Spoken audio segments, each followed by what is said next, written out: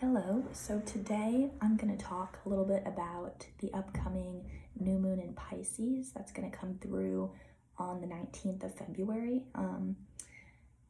Add or subtract a day or so, depending on your time zone. But in today's video, we're going to talk a little bit about some of the energies that I think are kind of characteristic of this lunation based off of the chart that I looked at. And then also at the end, we'll pull some tarot cards to maybe get some messages for the collective around some of the archetypes or energies that might be coming through and how we can effectively work with them.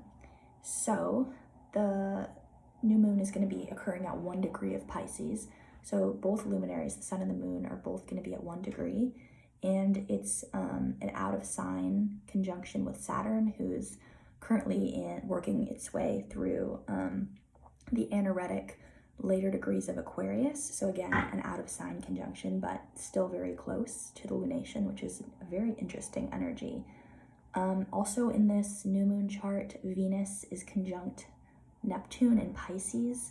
And this was kind of an influence that's been coming through over the Valentine's Day period, and is still going to be not within the 3 degree orb, but still very close. And this energy is kind of like very dreamy and creative and kind of like transcendental or cosmic level love, not just kind of like personal human to human level love, but just kind of like love and awe and wonder for just kind of the magic of existence, which is very interesting. So this could be a very inspiring lunation and just kind of a lot of breakthroughs or new perspectives coming through. So the chart for the lunation has Scorpio rising, very early Scorpio rising, and so the chart ruler is going to be Mars, who is currently in Gemini in the 8th house, and he is trining Mercury in Aquarius in the 4th house.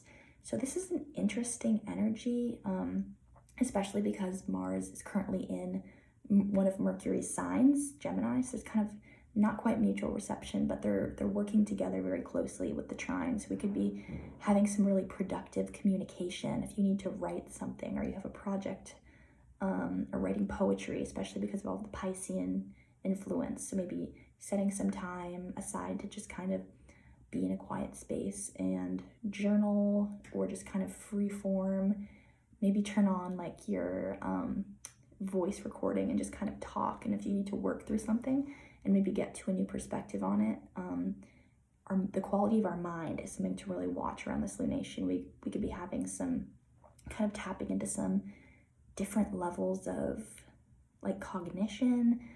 We could be thinking really fast, tapping into insights that were always kind of there but just below the surface. Altered states of consciousness, maybe not the best time to do any sort of mind altering drug, because you could probably really easily just tap into this influence quite easily, which is really cool. And then also Mars, again, the chart ruler, is going to be widely squaring Neptune, again conjunct Venus. And so we want to be careful. Fantasy is a word that I think I talked about the last lunation, the full moon in Leo, but this kind of energy is kind of carrying over again through this kind of lunation cycle from last full moon to this new moon. And so we could be really imaginative, but kind of a shadow side is in relationships. We could be kind of building a lot of narratives about other people's intentions and their motives, and instead of just kind of directly asking them and just getting clarity, the Pisces energy can kind of diffuse things. So if you find yourself kind of stewing on an issue and just kind of brooding over it, maybe just ask the person. Like there could be some kind of weird energies, especially because with Mars square Neptune, that can kind of really easily turn into some sort of like martyrdom thing, or you kind of have this narrative in your head of like not a god complex, but just really overinflating things and finding that you kind of are picking up these like greater than life godly roles, which can kind of lead to resentment again if you're kind of taking on this role of like, here I am doing all this, not being appreciated. So being aware of that tendency as well. But like I said, there's a real potential for some really productive communication, which could go to an extreme of like screaming at someone and just kind of letting them have it. And especially, there's a conjunction between Jupiter and Chiron, which was active in the last lunation as well, but it's in the 6th house in this chart, which is a little bit, there's a few things I'll say. Head injuries, which is kind of oddly specific, but being careful around like wearing a helmet, maybe just like being careful if you're like under a table and you stand up really fast and hit your head, that could happen. And also inappropriate communication too. We might be seeing things in the news around like people tweeting really out of pocket flamboyant things, or like inappropriate workplace communication. With Jupiter and Chiron in the 6th, that could be just kind of like someone oversteps something kind of publicly and just in kind of an inappropriate way, or you just like the rage just comes out. And then with the 5th and the 8th house stuff too, it could be like inappropriate sexual innuendo communication, like over workplace email computers. That would be kind of a funny expression of this, but also of course quite serious. Poetic rage was something that I wrote down when I thought about this lunation, in terms of again tapping into that kind of Piscean liminal kind of, but giving you some sort of insight into your thinking process around some issue. And this could be very inspiring and just like a very creative, fun time. And Mercury again is so trining Mars, and then also squaring the planet Uranus. Yeah, we could be kind of making some declarations of some sort in relationships, just kind of like, this is how I feel, this is what I need to change, unconventional solutions coming through, breakthroughs, that sort of energy. Yeah, let's see. What else do I want to say? Yeah, also with Pluto in the 3rd, again, kind of getting some deeper sort of psychological insight into your thinking process, but also kind of, this could be kind of the expression of some sort of like subterranean rage, if that's been suppressed, but also very, very interesting energy. If you can see like a film, or kind of experiment with fashion, or like I said, poetry, anything that kind of incorporates spiritual dimensions or creativity with the mind and thinking, you could be kind of really finding it a lot easier to kind of merge the two and kind of express things that are kind of symbolic in a sense, or kind of like just coding things, putting things together. Yeah, so I think that's all I want to say. So let's get some tarot cards to get some additional messages.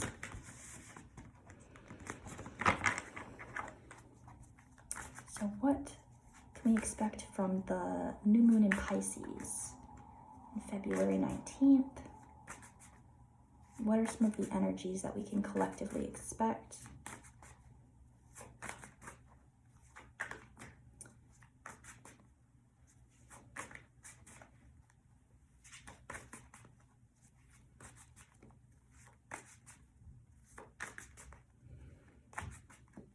Okay.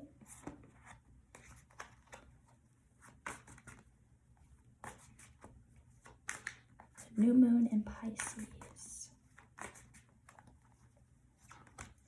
Let's get one more from the bottom.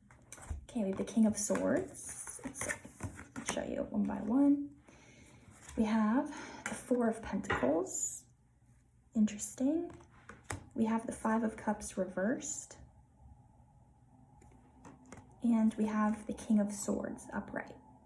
So this, first I'm drawn to the King of Swords. We'll talk about this card first and then see if we can tie it together. But like I said, mental clarity is a key word that I would think. Fast communication,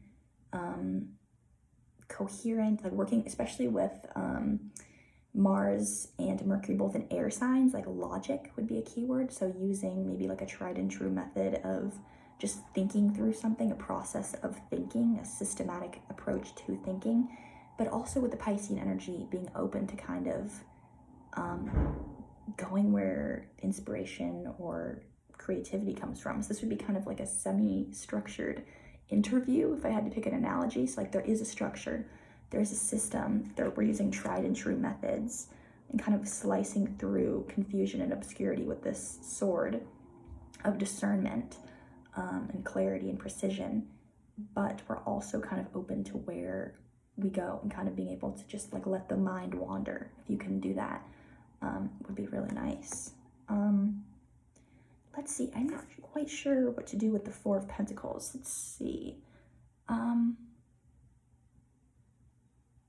I guess with Saturn conjunct, like I talked about earlier, out of sign, the lunation, the Saturnian energy can kind of feel uncomfortable going to like the very Piscean creative depths and kind of just like you can see in this card, kind of really holding on to reality quite tightly. So if we feel kind of defensive or like we need to protect something really hard or very guarded, especially with the Mars-Neptune square energy of kind of like on the surface being very kind of open and kind, but also kind of some sort of hidden under agenda, which again leads to resentment. It's kind of like grasping and feeling like people are kind of, everyone's needing a piece of you, and just relationships are requiring a lot of time and attention, which can kind of lead to this energy of hoarding of like your time, your energy, which is okay to be aware of, again with Saturn and the boundaries around what communication am I available to, what am I not, things like that. And then with the Five of Cups reversed, again, this kind of feeling of inspiration or redemption. Redemption would be a word, just kind of like the clouds are parting in a way, like you can kind of see the first little buds of spring, kind of like seeing the light at the end of the tunnel, feeling this kind of inspiration lighting up a kind of maybe a dark place in your life. Yeah, let's see.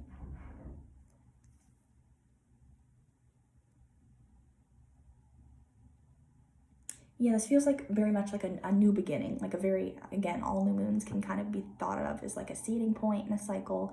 What intentions do we want to set? But this one particularly feels very refreshing. A lot of air and water energy, which is interesting.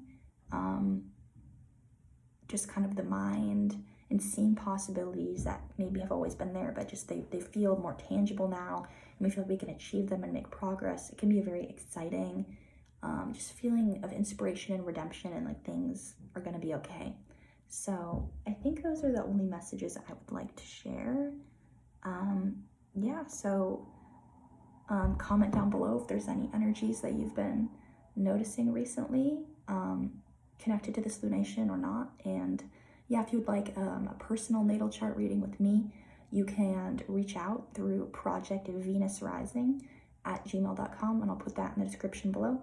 So yeah, have a lovely day.